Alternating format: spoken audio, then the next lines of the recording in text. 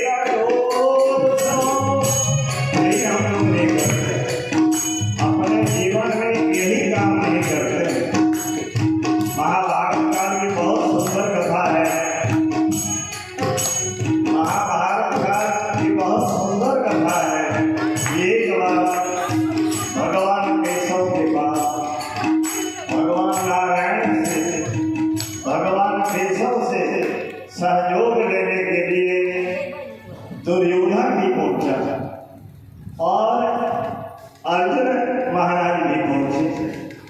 भगवान नारायण सोए हुए थे तो दुर्योधन तो उसी को लगाते हैं जिसके पास अहंकार कोई दूसरा तो दुर्योधन है। दुर्योधन ने सोचा कि मैं इतना बड़ा हूँ और मैं भगवान नारायण के पैर के पीछे क्यों खड़ा रहे। वो माथे के तरफ खड़ा हो गया और अर्जुन जो थे वो पाँव की तरफ खड़े हो गए।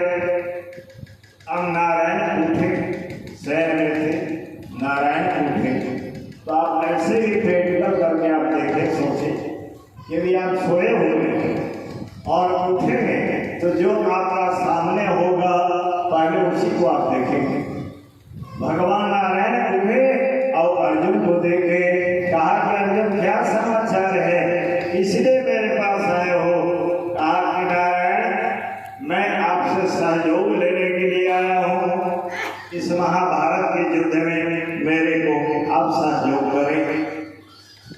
भगवान केशव ने कहा कि अर्जुन सुनो, इस महाभारत के युद्ध में मैं शस्त्र नहीं उठाऊंगा। अब बताओ मेरे ऐसे निहत्थे को लोगों, एक तरफ मैं हूँ और एक तरफ हमारी सेना, सारी सेना है, क्या तुम लोगे बताओ। जो ही अर्जुन कहने ही वाला था कि दुर्योधन ने कहा कि नारायण मैं पहले आया हूँ और यह चांस जो है मुझे पहले करना चाहिए। अर्जुन ने कहा कि नारायण यह चांस जो है दुर्योधन को ही दिया जाए, जो बच जाएगा मैं ले लूंगा। भगवान नारायण ने कहा कि दुर्योधन मेरा संकल्प तुमने सुना ना कि मैं इस महाभारत के युद्ध में शस्त्र नहीं उठाऊंगा। एक तरफ हमारी सेना है और एक तरफ मैं हूँ, तुम किसे चाहिए, क्या चाहिए बोलो, वही मैं दे दूंगा। दुर्योधन ने विचार किया कि युद्ध में तो भाई सेना की आवश्यकता है, बम पड़ाका चलाने के लिए ये निहत्था को लेकर के मैं क्या करूंगा। दुर्योधन ने कहा कि नारायण मुझे सेना ही दे दो। भगवान केशव ने कहा कि तथास्तु, सारी सेना तुम्हारी। वो तो लेकर के चला गया। भगवान नारायण ने कहा कि अर्जुन माखन जो है दुर्योधन ले गया, दुर्योधन जो है माखन ले गया।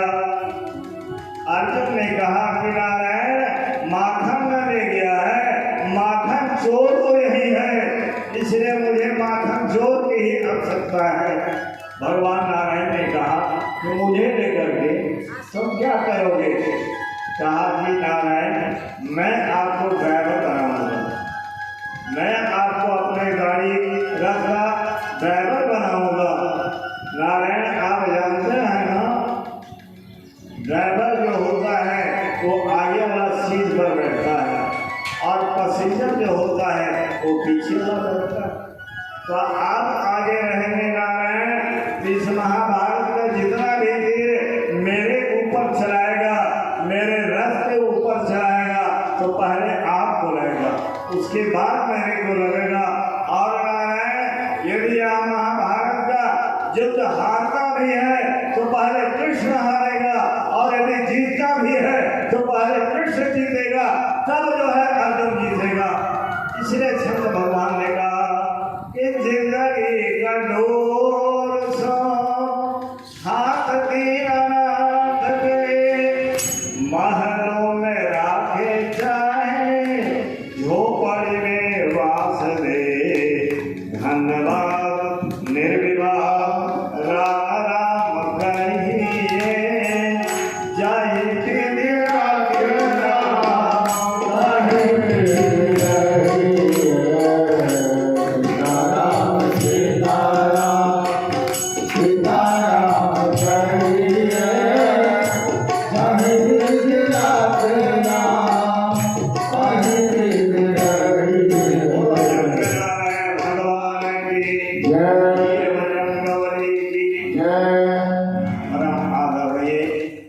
आचार्य जी महाराज एवं महासंत हमारे सीताराम वल्लभ जी महाराज एवं इस महान यज्ञ के हमारे वैदिक ब्राह्मणगण,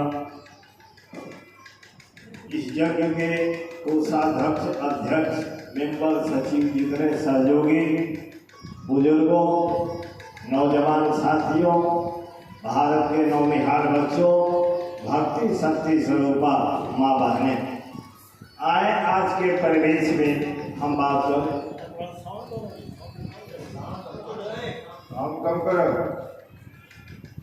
आज के परिवेश में हम लोग बात करें, हनुमान जी के सानिध्य में हम लोग हैं।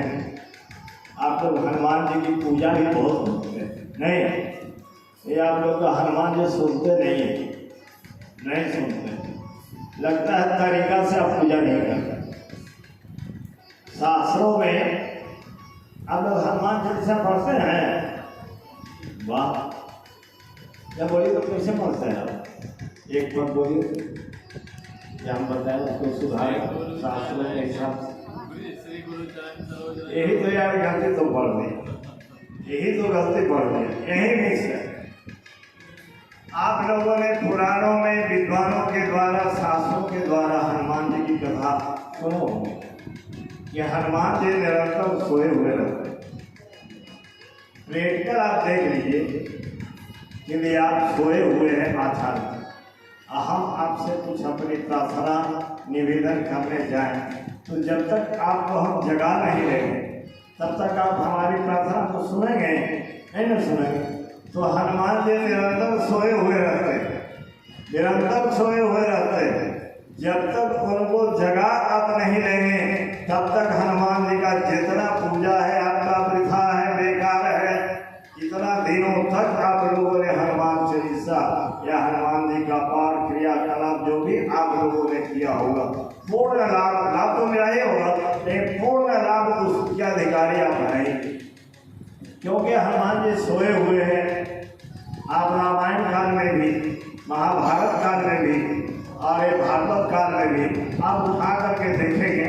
संज्ञा भाव में हम लोग में ही बता देते हैं कि हनुमान जी सोए हुए रहते।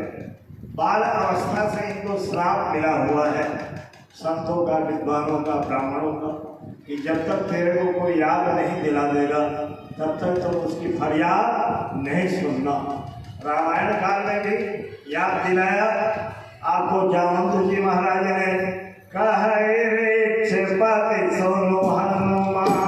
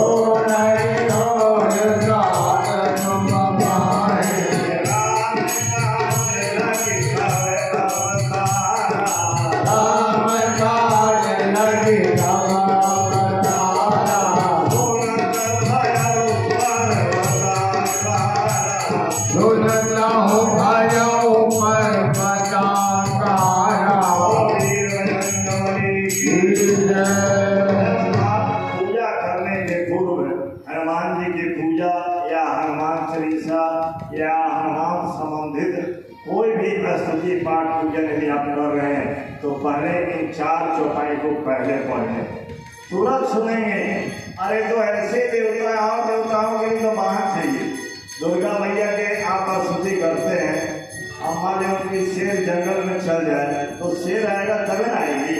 भोले बाबा का यदि वाहन जंगल में घास खाने यदि चल जाए, बैल चल जाए तो बैल आएगा तभी ना चाह के आएंगे। तो सारे लोगों का वाहन है, लेकिन हमारे बजरंगबली पवन तनय बल पवन समाना, जिस समय आप पुकारिए हनुमान जी आ जाएंगे। इसलिए आप तमाम लोगों से आग्रह है कि ये चौपाई रामचरितमानस में है, उसको बड़े प्रेम से याद कर लेंगे।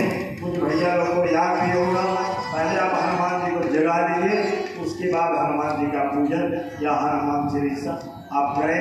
आए आप बहुत कठिन समय में मेरे को गौ कथा कहना, गैया मैया की कथा सुनना है और आप लोगों से मेरे को पूछना भी है। मान लिया इस पंडाल में आज भगवान का आदेश आया है, कृष्णचंद्र भगवान का आदेश आया है कि यार इतना बड़ा तुम जग कर रहे हो, एक हमारी बात का उत्तर दे दो। कौन सी बात है? इस पंडाल में दो मैया खड़ी है, एक गैया मैया है और एक अपनी मैया है जो मुझे उत्पन्न के संसार में मिलाई। ये दो मैया खड़ी है और भगवान का आदेश है कि एक मैया का गर्दन काट देना है और एक मैया को बचा लेना है। आप बहन नौगछिया वासी हुए, मेरे को उत्तर दे, कौन मैया को आप बचाएंगे? एक मैया को मार देना है, गर्दन अलग कर देना है और एक मैया को बचाना है। बड़ा विशेष है।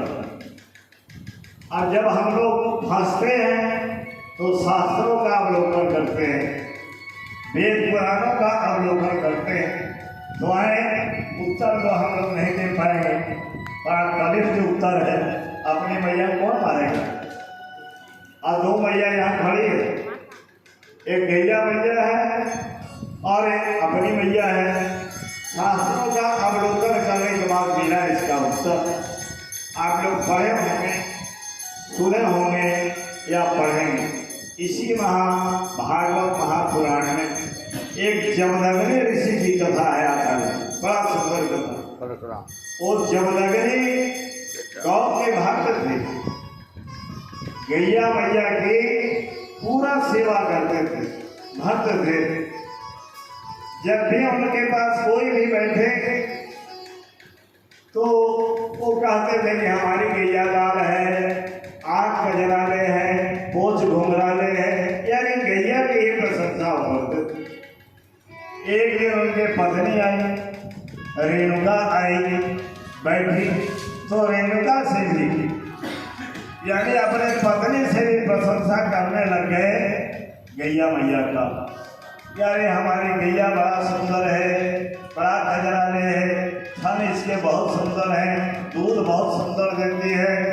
रेणुका बिगड़ गई, कहा कि क्या मेरा किस्मत था, एक हमारी बहन जो है रथ पर सवार होकर के 10,000 की साड़ी और लाखों रुपए की गहना पहन करके आती है अपने पति के समेत।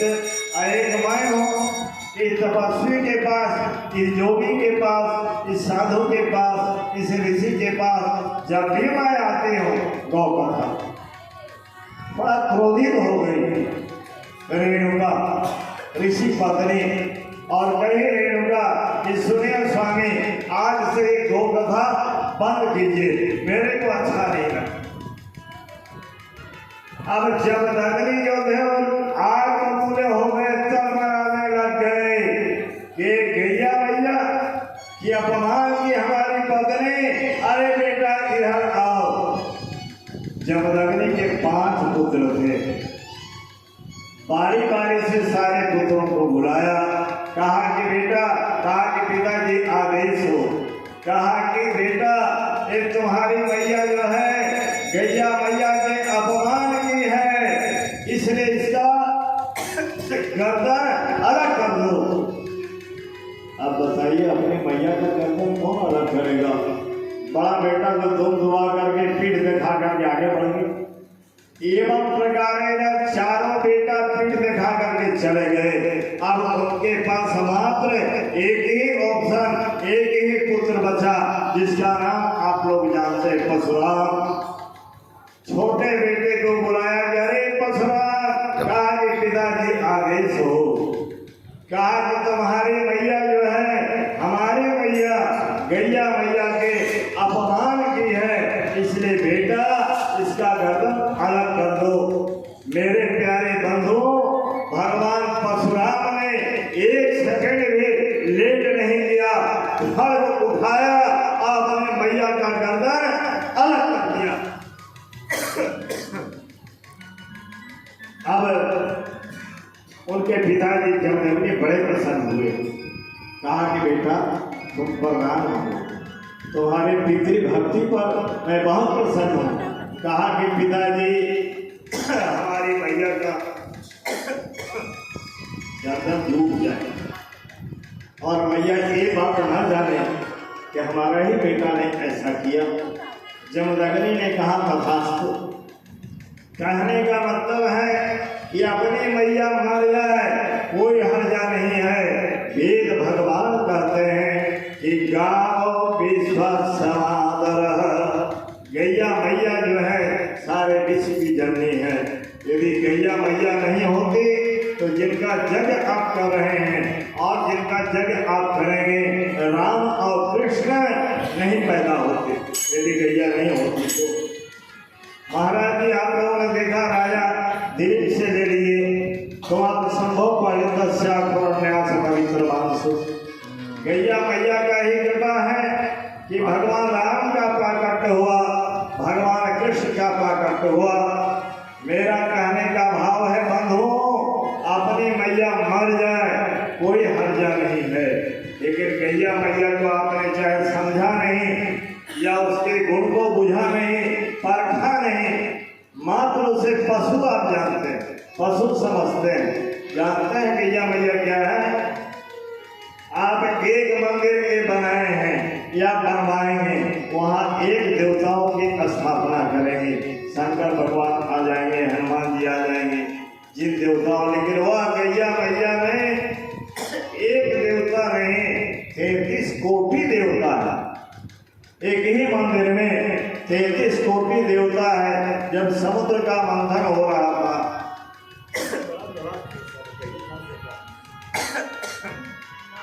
समुद्र का मंथन हो रहा था, देवताओं और दानवों में युद्ध छिड़ा। देवताओं के भय से, राक्षसों के भय से सारे देवता लोग भागे भागे आए कामधेनु के पास। कहा कि अरे भैया मेरे को बचा लो। सारे देवताओं जो है वो प्रवेश कर गए गैया मैया में। दो देवी देवता जो है पीछे पड़ गए, एक गंगा मैया